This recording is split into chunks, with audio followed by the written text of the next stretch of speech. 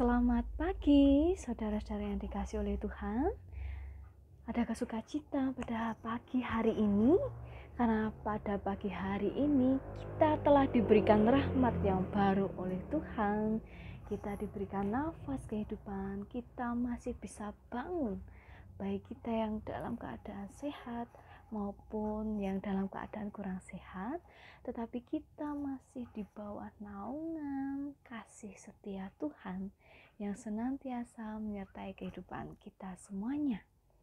Semangat pagi. Ya, pada pagi hari ini sebelum kita bersama-sama melakukan segenap aktivitas, baik kita dimanapun kita berada, marilah kita bersama-sama membaca dan merenungkan firman Tuhan. Sebelum kita membaca dan merenungkan firman Tuhan, marilah kita berdoa dan meminta bimbingan dari Tuhan. Bapa yang Maha Kasih dan yang Maha Mulia, pada pagi hari ini kami sangat bersyukur dan berterima kasih karena atas kasih setiamu kami bisa bangun dalam keadaan baik kami sehat maupun kurang sehat. Tetapi Tuhan senantiasa memberikan hari yang baru dan sukacita yang baru. Dan pada pagi hari ini sebelum kami semuanya melakukan segenap aktivitas, kami akan baca dan merenungkan firman-Mu. Tuntunlah kami ya Bapa, sertailah kami, dan biarlah Roh Kudus-Mu sendiri yang bekerja atas hamba-Nya yang akan membacakan firman. Di dalam nama-Mu yang kudus, Tuhan Yesus Kristus. Amin. Ya, pada pagi hari ini masih fresh semuanya, nggih? Ya, puji Tuhan. Nah, pada pagi hari ini renungan kita terambil dari 1 Korintus 1 ayat 10 yang akan saya bacakan. Tetapi aku menasehatkan kamu, saudara-saudara, demi nama Tuhan kita Yesus Kristus, supaya kamu seia, sekata, dan jangan ada perpecahan di antara kamu.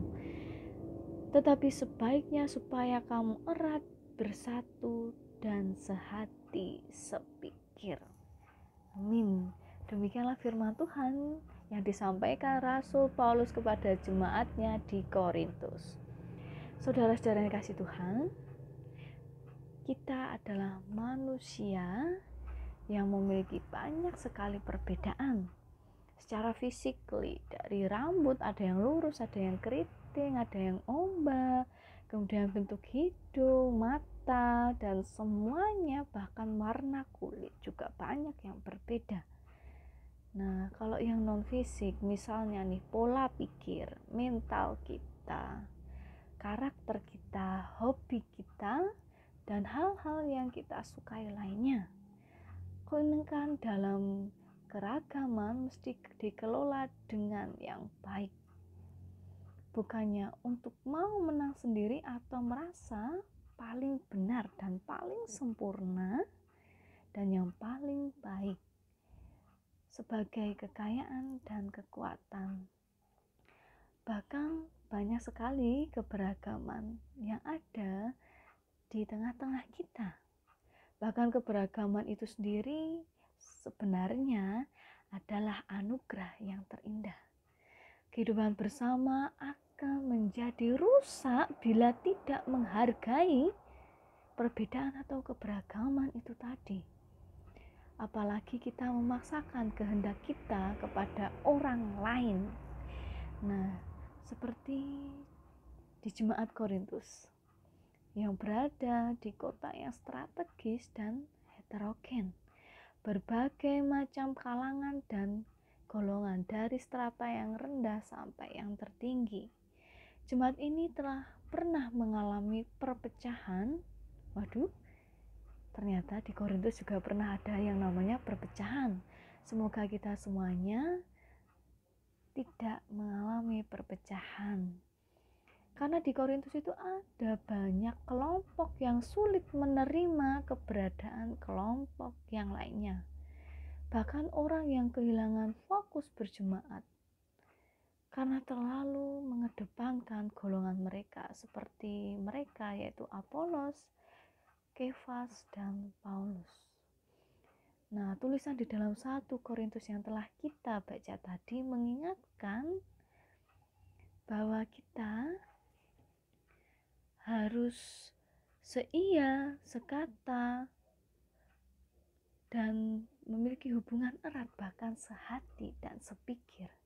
Itulah yang disampaikan Rasul Paulus kepada kita semuanya. Nah, apabila kita di dalam setiap ibadah, baik ibadah minggu, renungan pagi, renungan malam yang kita lakukan bersama-sama, baik kita yang datang, baik kita yang mau merenungkan bersama-sama, marilah kita lakukan ibadah kita. Dan ketika kita melakukan renungan pagi dan renungan malam, malah kita bersama-sama bersikap yang bijak dalam menyikapi segala bentuk perbedaan yang ada di dalam tubuh gereja. Di satu sisi keberagaman merupakan anugerah dan kekayaan gereja, namun di sisi lain bisa menjadi sumber konflik. Nah, ini iya atau tidak? Ketika kita merasa tidak setuju dengan orang lain karena perbedaan pendapat, karena perbedaan yang lainnya, nah maka dari itu Rasul Paulus mengingatkan kita atau menasehati melalui jemaatnya di Korintus supaya keberagaman ini bisa dikelola dengan baik dan keberagaman ini tidak malah menjadi malapetaka bagi gereja. Bahkan bisa dianggap, marilah jadikan keberagaman ini sebagai berkat. Nah, banyak sekali caranya. Misalnya kita memulai dengan berpikir secara positif dan memulai pemikiran bahwa perbedaan itu ya kita terima. Karena masih banyak di luar sana atau bahkan dari kita tidak bisa menerima perbedaan orang lain. Nah, perlu kita ingat, perbedaan bukanlah musuh. Jadi kita janganlah memaksakan kehendak pribadi kita kepada orang lain. Jadi menghargai perbedaan itu dan tidak menganggap diri kita yang paling benar dan yang paling baik. Ini sangat egois sekali, bukan? Ketika kita menganggap, oh saya memiliki power, saya memiliki kedudukan, saya memiliki, waduh, mengedepankan saya dan saya. Perlu kita ingat lagi, itu adalah sifat yang egois.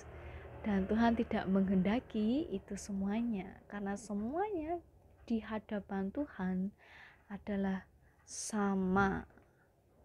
Perlu kita ingat lagi, semua di hadapan Tuhan adalah sama.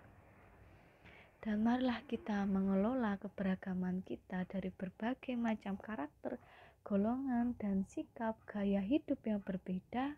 Itu adalah sebuah dinamika yang indah yang terus mengarahkan kepada Allah sebagai Sang Kepala Gereja. Jadi marilah kita menjauhi sikap kita yang egois itu tadi supaya tidak ada perpecahan, perselisihan, dan mengutamakan sifat kita yang egois. Bersama terus mengingat bahwa gereja ada untuk menjadi rekan sekerja Allah, bukan sebagai wadah untuk mengumbar keegoisan ataupun wadah untuk menguasai dan mendominasi yang lainnya. Amin. Kita patut bersyukur karena Rasul Paulus telah mengingatkan kita melalui firman Tuhan yang telah disampaikannya, malah kita bisa melihat keberagaman itu adalah suatu keunikan, suatu berkat yang Tuhan berikan kepada kita. Lalu bagaimana kita bisa mengelolanya? Saya rasa semuanya bisa mengelolanya dengan caranya masing-masing. Malah kita tetap semangat dalam melakukan kehidupan kita sehari-hari dengan mengurangi juga sikap egois kita dan terus menghargai perbedaan yang ada. Amin. Marilah kita tutup renungan kita pada pagi hari ini bersama-sama kita berdoa.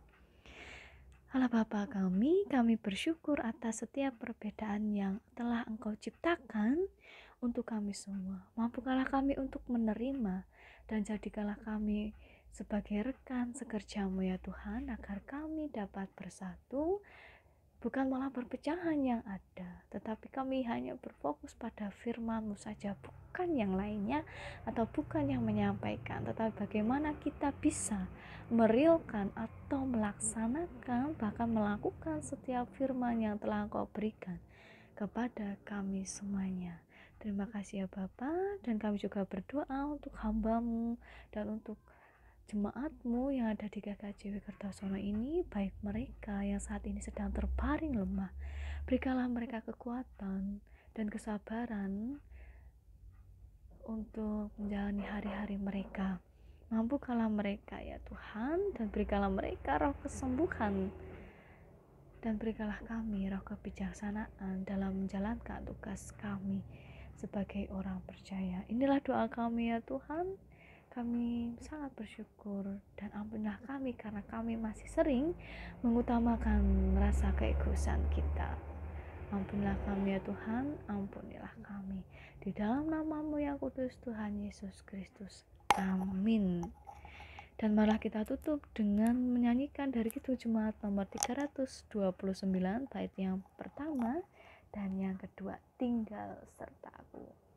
Selamat menjalani hari ini penuh semangat, dan Tuhan Yesus memberkati kita semuanya. Amin.